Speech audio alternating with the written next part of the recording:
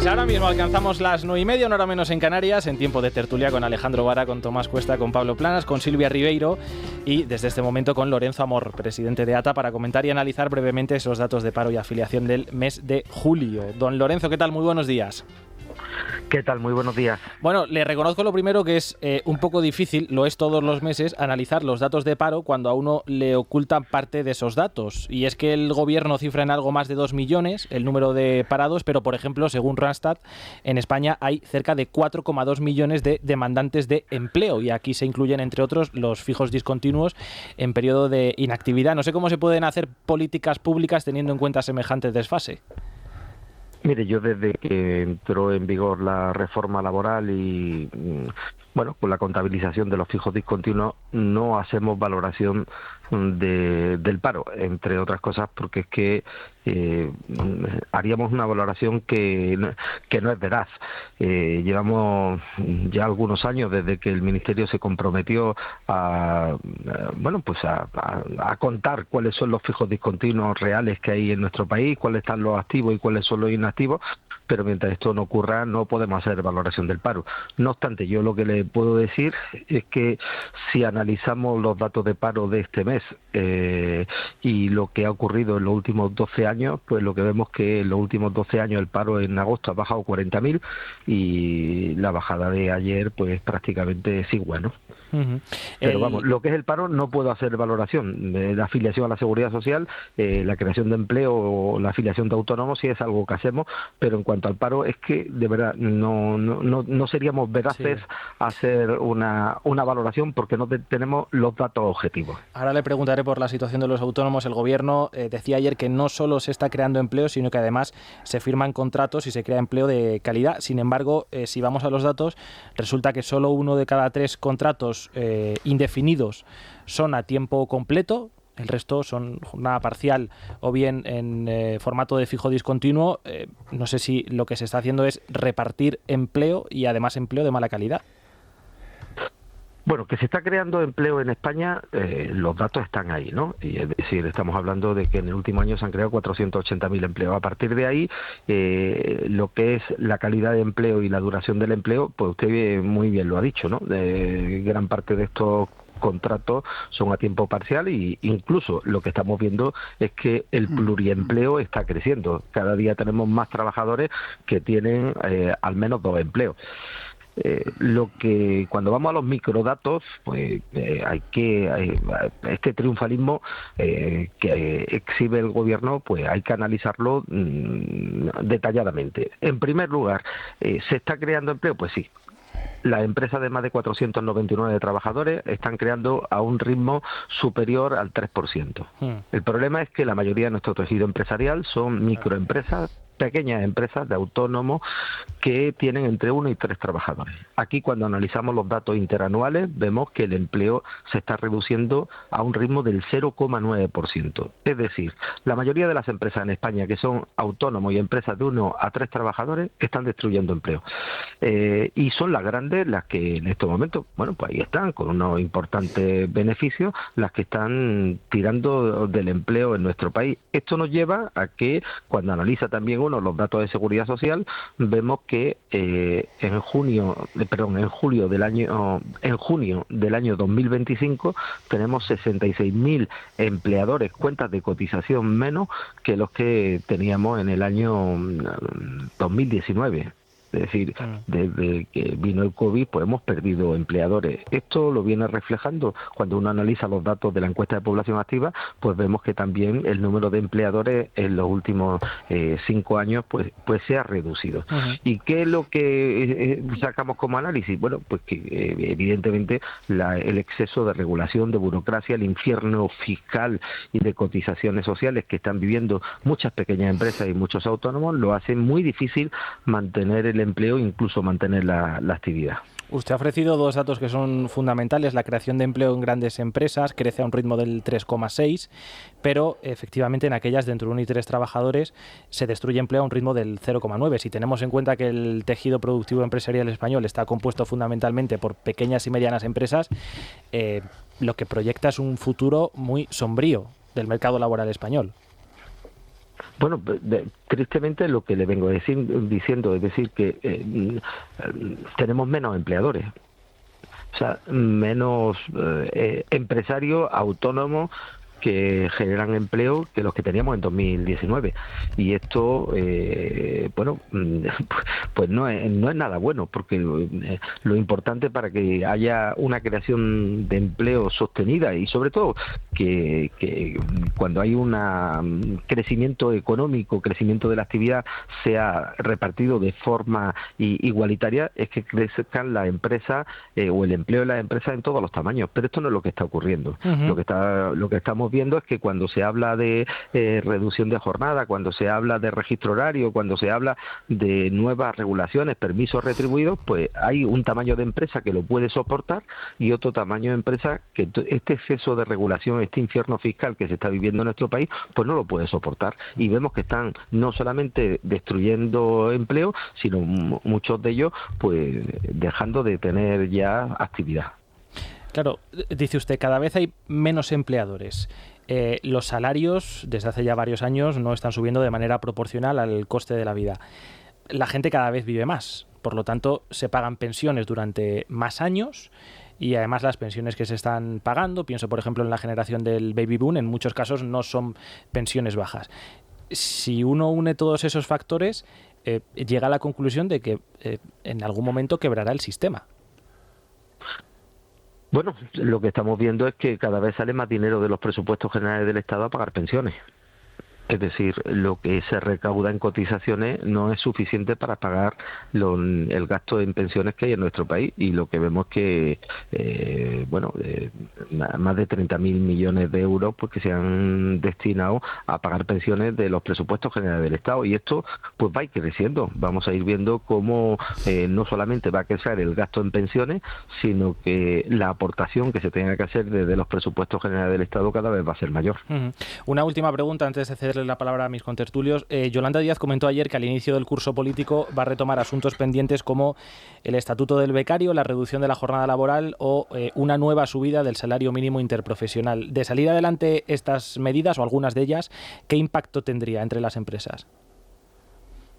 Bueno, si estamos hablando de la reducción de jornada, el impacto en las pequeñas empresas y en los autónomos, pues desde luego si estamos perdiendo un ritmo de 65.000 empleadores en los últimos 5 años, y destruyendo empleo a un ritmo del 0,9 en el último año, pues indudablemente esto castigaría mucho más a las pequeñas empresas y a los autónomos y desde luego dañaría mucho más el empleo.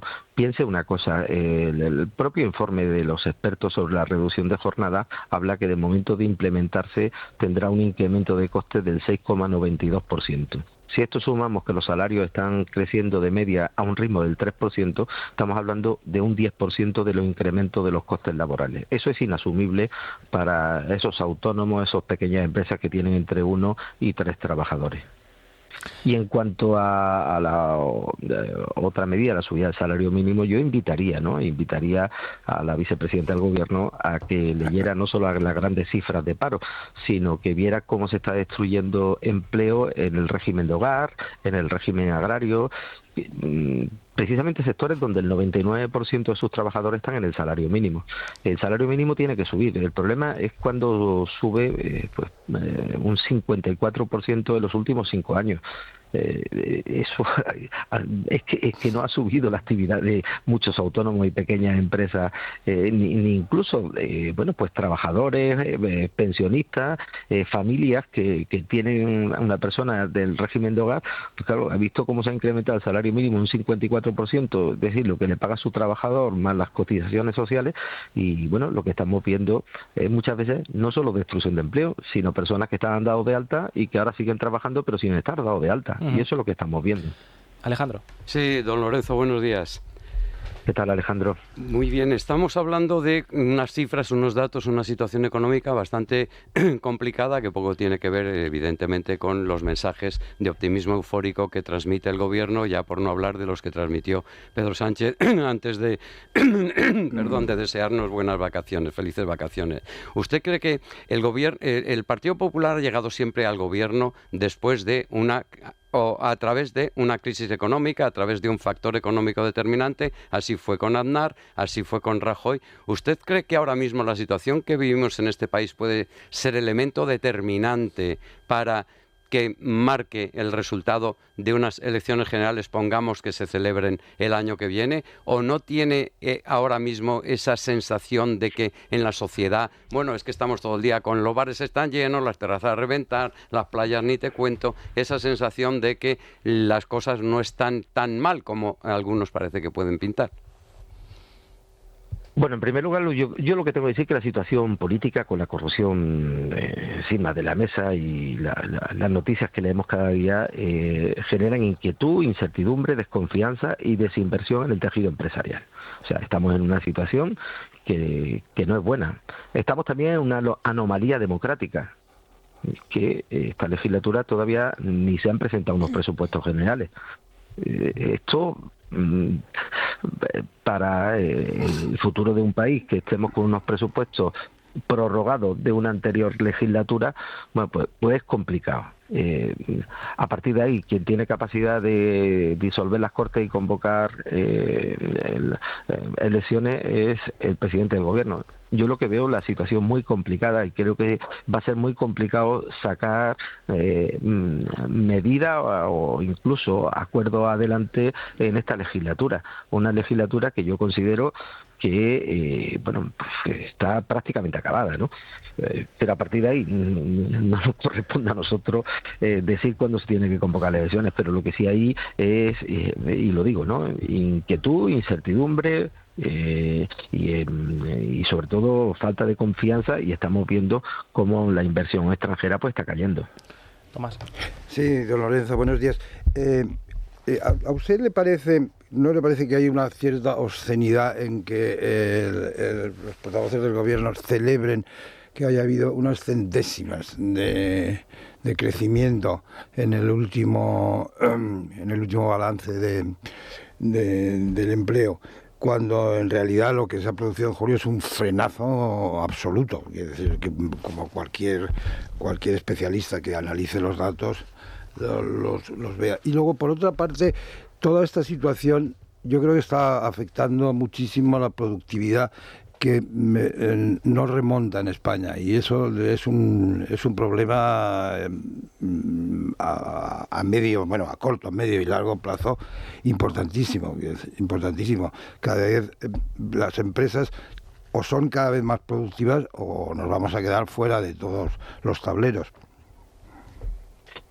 Bueno, es evidente, ¿no?, que hay triunfalismo en los datos económicos y los datos de empleo, ¿no? Yo cuando hace pocas fechas conocíamos el crecimiento económico del país y bueno, pues se decía que España va como un cohete, pues manifestaba que se lo dijeran a los 64.000 autónomos de comercio que han cerrado en los últimos 5 años, ¿no?, que España va como un cohete.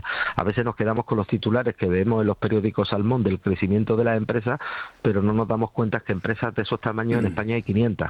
Y nos vamos a la realidad del tejido empresarial, que son más de 3,5 millones de empresas, las cuales pues no están en esa situación que están esas 500 grandes empresas o multinacionales en nuestro país.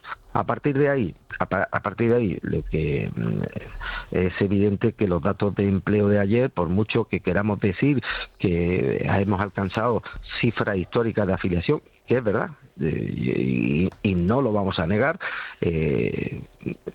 lo que tampoco es menos cierto es que en los meses de julio de los últimos 12 años el empleo ha crecido en 50.000 de media, 50.000 afiliados más de media. Ahí están los datos de ayer, ¿no? Y bueno, vamos a ver cómo se comporta agosto. Y en muchos casos estamos salvando afiliaciones, porque cada día hay más autónomos en pluriactividad, es decir, que figuran como cotizantes en el régimen general y en el régimen de autónomos, y vemos que cada día hay más pluriempleo que figuran como dos empleos. Pablo. Hola, buenos días, don Lorenzo. Me gustaría saber su opinión sobre la guerra desatada por Salvador Illa contra la Comunidad de Madrid con acusaciones de acumulación insolidaria de recursos o dumping fiscal y también su opinión sobre dónde hay mejores condiciones para el desarrollo de la actividad económica, si en Cataluña o en Madrid, desde el punto de vista de los autónomos. Bueno, mire, yo lo que le recomendaría al señor Illa es que escuche a los empresarios de su territorio. Porque los empresarios de su territorio son los primeros que dicen que en Cataluña se vive un infierno fiscal. Es evidente que los datos de afiliación de autónomos están ahí en los últimos 5 años. Prácticamente el 80% del crecimiento de autónomos se concentra en Madrid y en Andalucía. Bueno, que miren los tipos fiscales que hay tanto en Andalucía como en Madrid, y ahí descubrirán dónde bueno, pues se puede desarrollar una buena actividad económica, que a veces es generar certidumbre, generar estabilidad, que haya presupuestos, que se reduzcan cargas y que desde luego, bueno, pues no haya un infierno fiscal. Impuestos hay que pagar, porque hay que ser solidarios. Lo que algunos pretenden ser insolidarios, ¿no? Y digo por las propuestas de nueva o de cupos, ¿no? Pero claro, lo que aparte de ser insolidarios, lo que no se puede pedir a quien está recaudando con impuestos bajos es que además tenga que subir impuestos, que eso lleva en muchas ocasiones a que las empresas, los autónomos localicen y se vayan a buscar entornos que sean más amables fiscalmente. Por tanto, creo que lo primero que recomendaría al presidente de la Generalitat es que escuche a los empresarios catalanes y que sepa el infierno fiscal que se vive en Cataluña. Una cosita, don Lorenzo, ¿usted cree que España necesita 9 millones de inmigrantes? Bueno, yo siempre he defendido que la inmigración regulada, y sobre todo en el ámbito laboral, porque hay muchas actividades que en estos momentos las están copando personas inmigrantes, y sobre todo la demanda de empleo.